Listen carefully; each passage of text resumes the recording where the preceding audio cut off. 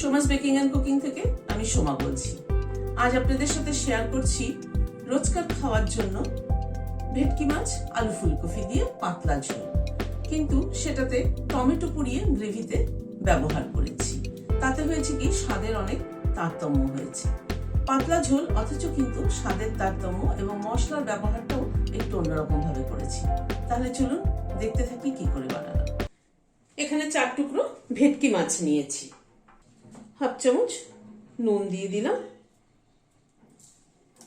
অল্প একটু হলুদ দিয়ে দিলাম,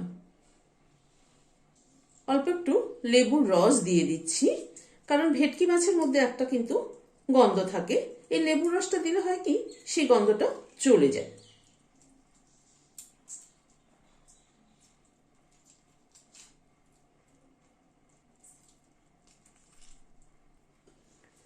নুন, হলুদ আর লেবুর রসটা ভালো করে মাছগুলোর গায়ে রাব করে করে মাখিয়ে নিচ্ছি।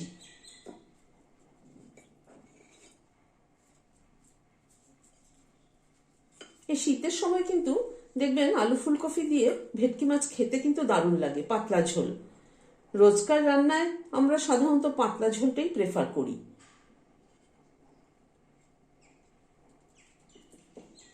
নুন, হলুদ ও লেবুর রস মাখিয়ে রেখে দিলাম।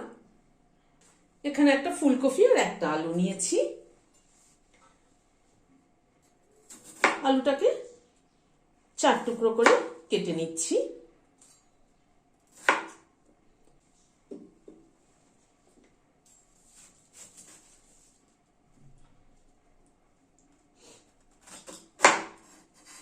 ফুলকপিরও এরকম ফুলগুলোকে নিয়ে নিচ্ছি।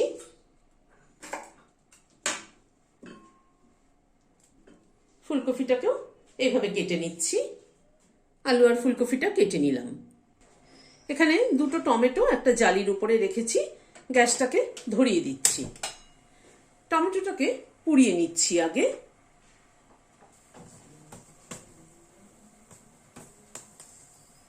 টমেটোটাকে উল্টে দিচ্ছি।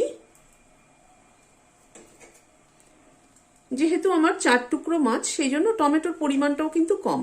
আপনাদের যেরকম মাছের পরিমাণ থাকবে সেই বুঝে কিন্তু টমেটোর পরিমাণটা দিতে হবে। টমেটোটাকে পুড়িয়ে নিলাম। এবার গ্যাসটাকে বন্ধ করে দিচ্ছি। দিয়ে এটা ঠান্ডা হওয়া অবধি একটু অপেক্ষা করব। তারপরে খোসাটাকে ছাড়িয়ে নিয়ে গ্রাইন্ডিং জারে দিয়ে একটা পেস্ট তৈরি করে নেব। আজকে কিন্তু মাছের ঝোলটা মেনলি এই টমেটো পেস্ট দিয়ে হবে। তার মধ্যে কিছু মশলা আমি অ্যাড করব, দেখতে থাকুন তাহলে। এখানে একটা কড়াইতে জল ফুটছে। প্রথমে আলুটা দিয়ে দিচ্ছি। আলুটা একটু সেদ্ধ হয়ে যাওয়ার পরে ফুলকপিটা দেব। ফুলকপিটা দিয়ে কিন্তু বেশি ফোটাবো না, জাস্ট মিনিট খানেক একটু ফুটিয়ে নামিয়ে ফেলবো। এই মিনিট 2 মতো আলুটা একটু ফুটলো। এবার কপিটাকে দিয়ে দিচ্ছি।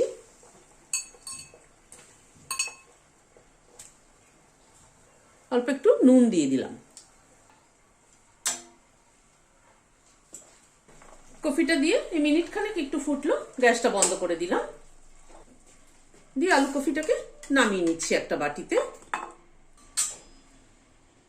কড়াইটা আবার গ্যাসে বসালাম। সরষের তেল দিচ্ছি।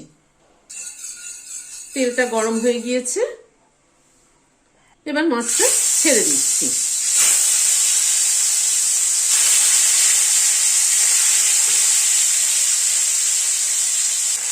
মাছগুলোকে উল্টে দিচ্ছি।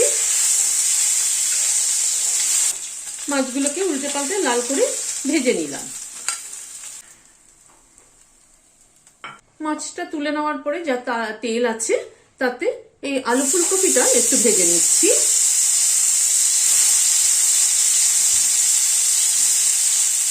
অল্প একটু নুন দিয়ে দিচ্ছি, সামান্য পরিমাণ একটু হলুদ দিচ্ছি।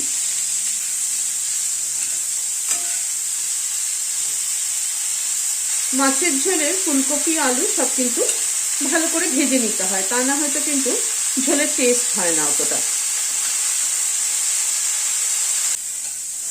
আলু আর ফুলকপিটা ভালো করে ভেজে নিলাম, তুলে নিচ্ছি। টমেটোটা খোসা ছাড়িয়ে পেস্ট করে নিয়েছি গ্রাইন্ডিং জারে দিয়ে। এবার এর মধ্যে কিছু মশলা অ্যাড করছি। 1 চামচ উঁচু উঁচু ধনের গুঁড়ো, রোস্টেড ধনের গুঁড়ো, 1/2 চামচ রোস্টেড জিরের গুঁড়ো, অল্প একটু হলুদ, 1/2 চামচেরও কম হলুদ দিলাম, 1/2 চামচ আদা বাটা, 3টে কাঁচা লঙ্কা সিডটাকে ফেলে দিয়ে বেটে নিয়েছি, কারণ আমরা খুব একটা ঝাল খেতে পারি না, সেই জন্য সিডটাকে ফেলে দিয়ে বেটে নিয়েছি। কাঁচা লঙ্কা বাটার ফ্লেভারটা কিন্তু দারুণ লাগে। এই যে মশলাটাকে এই টমেটো পুড়িয়ে তার মধ্যে মেশালাম, তাতে কিন্তু একরকম টেস্ট হয়, আর তেলের উপরে ডাইরেক্ট দিলে পরে মশলা তার একরকম টেস্ট হয়। এভাবে করে দেখবেন, ভালো লাগে খেতে। মশলাটাকে মিশিয়ে নিলাম, কড়াইটাকে আবার ধুয়ে একটু বসালাম। আমার একটু অভ্যাস আছে কড়াইটা বারবার ধুয়ে রান্না করি, কেননা একবারে কড়াই যাতে পুড়ে না যায়, কড়াই দেখতেও ভালো লাগে এবং পুড়ে যায় না, ওই জন্য একটু বারে বারে ধুয়ে কড়াইটা ব্যবহার করি। সরষের তেল দিচ্ছি, তেলটা গরম হওয়ার পরে গ্যাসের ফ্লেমটাকে কমিয়ে দিলাম, অল্প একটু জিরে ফোড়ন দিচ্ছি, আর 2টো ছোট ছোট তেজপাতা দিয়ে দিলাম। গ্যাসের ফ্লেমটাকে কম করে ফোড়নটাকে একটু ক্র্যাক করিয়ে নেব, যাতে ফোড়নের সুগন্ধটা ভালো মতো ঝোলের মধ্যে আসে। গ্যাসের ফ্লেম কখনোই কিন্তু বাড়িয়ে ফোড়ন দেবেন না। এবার এই মশলাটা যেটা তৈরি করে রেখেছি সেটা দিয়ে দিলাম। বাটিটার মধ্যে একটু গরম জল দিচ্ছি,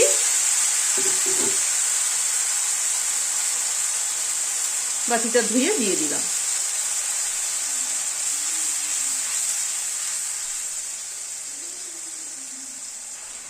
হাফ চামচ নুন দিয়ে দিলাম, রঙের জন্য সামান্য একটু কাশ্মীরি রেড মির্চ দিলাম। আমি মেনলি কিন্তু কাঁচা লঙ্কা বাটা দিয়ে রান্না করাটাই কিন্তু প্রেফার করি। কাঁচা লঙ্কা সে বেটে হোক, কুচিয়ে হোক, বা এমনি চিড়ে দিয়ে হোক, সেভাবেই কিন্তু ভালো হয়।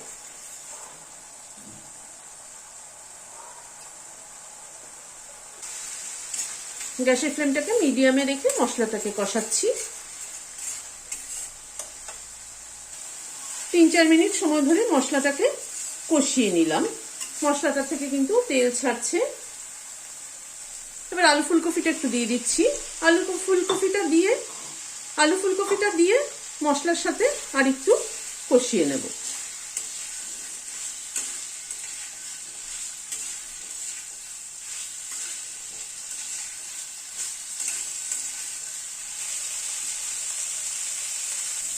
আলু ফুলকপিটা দিয়ে মিনিট খানেক একটু নাড়াচাড়া করে নিলাম।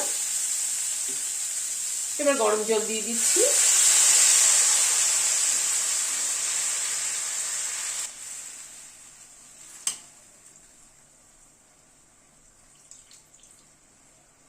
ঝোলটা একটু ফুটে উঠুক।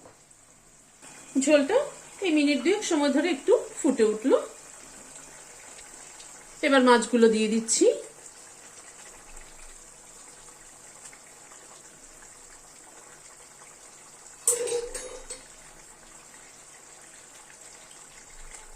মাছগুলোকে একটু ঝোলের মধ্যে একটু ডুবিয়ে দিচ্ছি। ঝোলের মধ্যে মাছগুলো একটুখানি ফুটুক। মিনিট 2-3 সময় ধরে মাছগুলো ফুটলো। 1/4 চামচ গরম মশলার গুঁড়ো ছড়িয়ে দিচ্ছি। গরম মশলার গুঁড়োটা একটু মিশিয়ে দিচ্ছি। গ্যাসের ফ্লেমটাকে বন্ধ করে দিয়ে ঢেকে দিচ্ছি স্ট্যান্ডিং টাইম 5 মিনিট, গরম মশলার ফ্লেভারটা অ্যাড হওয়ার জন্য। এরকম একটা মাছের ঝোল বানিয়ে দেখবেন, আমার মনে হয় ভালো লাগবে। ভালো লাগলে একটা লাইক এবং সাবস্ক্রাইব করার অনুরোধ রইল। আজ তাহলে এখানে শেষ করছি। দেখা হচ্ছে পরবর্তী ভিডিওতে। নমস্কার।